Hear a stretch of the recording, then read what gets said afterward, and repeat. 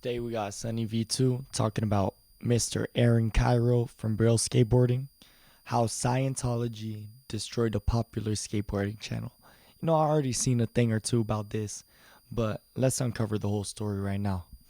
Braille Skateboarding paid his employees roughly $20 per hour. We're basically minimum wage employees. But donated over $1 million to the Church of Scientology. He'd gone to spend so much time with the strange organization that Braille was neglected until it died completely, in what is quite possibly YouTube's strangest ever downfall. The channel's owned by Arron Kyro, a pro skateboarder from San Francisco. My name's Arron Kyro, and I run this channel, Braille Skateboarding. He started Braille Skateboarding just From 12 the Bay days Area. after YouTube's launch, uploading the clips that he'd used to gain his sponsors. But when a simple video titled "How to Push on a Skateboard" gained more views than every other upload, Arron Kyro saw an opportunity. He'd upload "How to Ollie", then "How to Nose Manual". This led to "How to Pop Shove", and most notably "How to Kickflip", each gaining massive view counts for the early days of YouTube. Braille made tutorials on every possible trick, giving the channel purpose and an obvious direction to help everyone learn how to skateboard. The whole purpose of Braille Skateboarding to teach you guys to progress on your boards so you're having more fun on your boards. These videos Once you started getting the views though. carried the channel to over 200,000 subscribers, but as Arron Kyro became more known, so did another completely unrelated video. I am a Scientologist, Arron Skateboarder. My name is Arron, I'm a skateboarder, and I'm also a Scientologist. During a vulnerable period in Arron's life, Scientology offered him a free personality test. And on my personality test, my communication was really low. And then they suggested you should do a communication course. Arron took the course and saw significant improvement. And it totally helped me communicate, helped me a lot. And from that point forward, I just had this ability to communicate. It helped me a lot. Getting him hooked on the Church of Scientology. So then I did more courses from there and learned more. And He'd argue it helped him improve his skateboarding. the thing that happened before Scientology and after was I was learning tricks a lot easier. Things were just coming to me a lot easier with less effort. And that Scientology See, that's what these cult kind of like, these cult groups, that's what they do to you. You know, they make you believe that everything that you're accomplishing is because of them. gave him his career, And now I built an entire career on communicating. yet all of his success could have easily been explained by simple repetition, practice, and week-on-week improvement. Between 2013 and 2014, he was uploading twice a day every day, which guaranteed improvement regardless of Scientology. We now have 400,000 subscribers. Yeah. It's a pretty big deal. With the channel growing rapidly, Arron hired Lance Silber, who also happened to be a Scientologist himself. Lance became Braille's main filmer and editor, as well as the Cultism channel's guinea pig practice. who was learning how to skate. Videos of Arron teaching Lance basic tricks did surprisingly well despite their simplicity, as skaters could watch and learn something new themselves. This seemed to tell Arron that he should hire more skaters, and would therefore introduce Gabe Cruz, who'd suggest a slightly unconventional upload, a game of skate but on Walmart boards. Arron thought the video would make him a joke amongst pro skaters, but it rather did the opposite as everybody loved it. They'd therefore do the same thing with mini boards and longboards, turning it into a series called Stupid Skate, playing the game with crazy modified skateboards. There was a skateboard with suspension, one with 10 sets of trucks, and one you could ride on either side. It seemed the crazier the board, the more views they'd gain, leading things to be taken to the extreme. We're gonna make a new series and it's gonna be called Skate Everything. And we get random things and we attach skateboard trucks and wheels to it and then we skate on it. They planned on putting wheels on random different items, beginning with a skinny plank of wood, then upgrading to a sharp square of metal. However, by only the third episode, Arron was skating an iPad, which was simply too brutal for people not to click. I'm gonna feel so bad to drill a hole in this iPad. I wanna make this video, it's all Lance's fault, blame Lance. When the video attracted a whole new audience and gained 3 million views in under a month, Arron knew he'd found the perfect series. He'd repeat the idea with a MacBook, then a keyboard, then with a flat screen TV. When they ran out of electronics, they'd skate a full-size bedroom door, a surfboard, and a skate shoe, generating so much channel interest they'd gain almost 600,000 subscribers over a 2-month period in 2016. You guys are the best, the absolute best. Because we just hit 3 million subscribers. In fact, Braille skateboarding became so popular 5 million they'd right built now. their own skate park called Braille Almost 6. House, which acted as their own personal filming studio. I found myself running an actual company, says Kyro, who had 3 full-time professionals running the video editing, merchandising, and finance departments. He'd also hire another 3 on-screen skaters, Fetty Potter, Carlos Lastra, and Nigel Jones. But this wasn't only where Braille's money went. Between 2015 and 2017, Arron Kyro did 16 Scientology courses, many of which were incredibly expensive. The L10 Rundown, for example, has an estimated cost of roughly $72,000, and this doesn't include the L11 and L12, both of which Arron completed at the same time. Additionally, Arron completed something called OT3, which according to Reddit, the running tally to complete OT3 would be $278,000. This ignores that he eventually went up to OT6, presumably costing even more, yet Arron believed that all of this was worth it. An article on his training wrote, L10 was a particularly revelatory experience for him. The gains and abilities are so high, I could not even dream they would be available. My space is so big and so clean, and my flows are wide open. I got rid of masses that had been in my space for trillions of years. I truly uncovered my basic goodness and rightness as a being. He's still having daily cognitions directly related to L10, and his online traction has seen a noticeable uptick, which to be fair was certainly true. The channel was gaining so many views, and all of the members were having so much fun, that the massive amounts being spent on Scientology simply weren't a major concern. They'd continue to ride different exotic skateboards, and allow the audience to send in their own, resulting in some of the channel's highest viewed videos. The Lego skateboard gained 8 million views, the heaviest skateboards gained 11 million, whilst the glass board with glass wheels gained 28 million views. But the trend of wacky skateboards was slowly getting stale. Viewers knew what to expect in every single upload, and after over 200 episodes, each variation was becoming less interesting. To make matters worse, at around the same time, Lance announced that he'd be leaving, which added to the channel's slow viewership decline.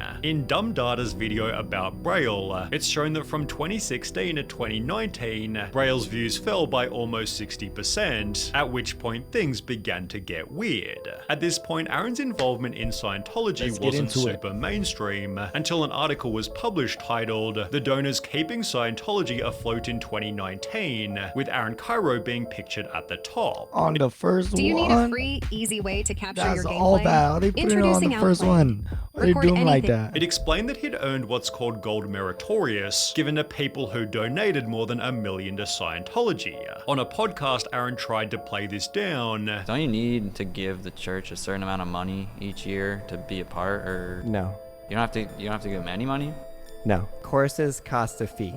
So the communication shit. course that I did was $100, and the books are like range from $25 to like $30. Bruh, But his what? extensive involvement was documented everywhere. He'd appear in yet another Scientology promo video, for which he was heavily roasted in the comments beneath. But negative audience feedback didn't change his feelings. Somebody said something bad about that, so I'm just gonna stop. Like, no way. And to be honest, again at this point, his involvement in Scientology wasn't really hurting anyone. However, this was about to change. In January 2020, Braille uploaded a video titled "I Need Help," requesting that viewers donate to him to save his hometown skate park. Anything that you guys can give would be incredible. We're trying to raise $200,000. Anything that you can give would be so Ain't nobody gonna amazing. give you that. This led to videos such as Arron Kyro gives Scientology $750,000, but begs fans for For real? donations, The whilst fuck? people on Reddit wrote, maybe just funnel the massive donations made to Scientology rather than using your viewer base of children to recreate your park. Comments read, did he have this much money when they had Carlos sleeping in the warehouse like a homeless person, leading people to make a realization. I heard that most of the profits of Braille go to donations to Scientology instead of to the skaters that make it what it is. The skaters were running all the brand deals whilst barely being paid. It's like, you want us to be the face saying, hey, buy this product, do this thing, and then like we gain nothing from the brand deal. Like, we have sponsors of our own as well. We have sponsors that conflict with this brand deal that you're gonna try to make us go and do on our own, and we are getting nothing but our normal low wage. And even built ramps for the channel without compensation. They asked me to build it, and I built it the day of. From scratch. And they didn't even drop a penny. Imagine working for someone, carrying the channel for $20 an hour. Then you hear that your boss donated $1 million to Scientology. In the process, Fetty and Carlos, two of Braille's most beloved members, left the team under sketchy circumstances. Nigel also announced that he'd be leaving, but would still be in the videos, just not as an employee. He'd later explain the shocking reason for this. I left because I was making more off of unemployment than I was filming full time. With pay. Bruh. Good shit for you, Nigel. I'm proud of you, bruh. Fuck that fool. Fuck all that. He's giving you less money than unemployment? Giving $1 million to Scientology cult?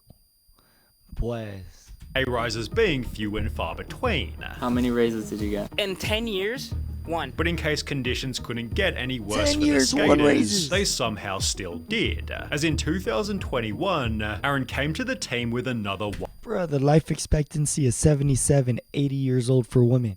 That's 1/8 of your life. 1/7 of your life. And if you, like, come on, dude. One raise for that much of your time? Nah, bruh, that ain't it. Wild announcement. He goes, in 1 week from now, I'm going to business school for 5 months and I'll be back. And then we're like, whoa, like what the? As a result, Gabe became responsible for running Braille completely, as Arron disappeared to focus on business school. 2 months passed. No one has talked to Arron at all. It's like, it's not like he's on the phone going, hey guys, how's it going? Oh, the videos have been good. Like, oh, you're doing really good. Nothing. It was just silence, like legit, like silence. This disappearance lasted longer than expected. The 5 months, it ends up being like, I want to say like 8 or 9 months. Then he goes away again. He's like, oh, I gotta go back. I didn't finish. It was not long, and then he was gone for again, like I want to say like 4 or 5 months, maybe even more. Then he come back for like 1 week or something. Then he was gone again, and I want to say the total time was about like 2 years, I think. After 2 whole years of barely being on the channel, Arron returned with a video titled I'm Sorry, initially acknowledging his disappearance. I've been absent from the videos. I know you guys know that. I'm back. We're getting back on track. Before again claiming to be learning about business. I did take some time for myself, and I did learn as much as I could about business. However, conveniently upon his return, another video was gaining some traction. Arron Kyro is the new leader of Scientology in San Francisco. Leader? Look at all that money he got in his suit. Look at that big ass smile on his face. Couldn't even pay his fucking employee.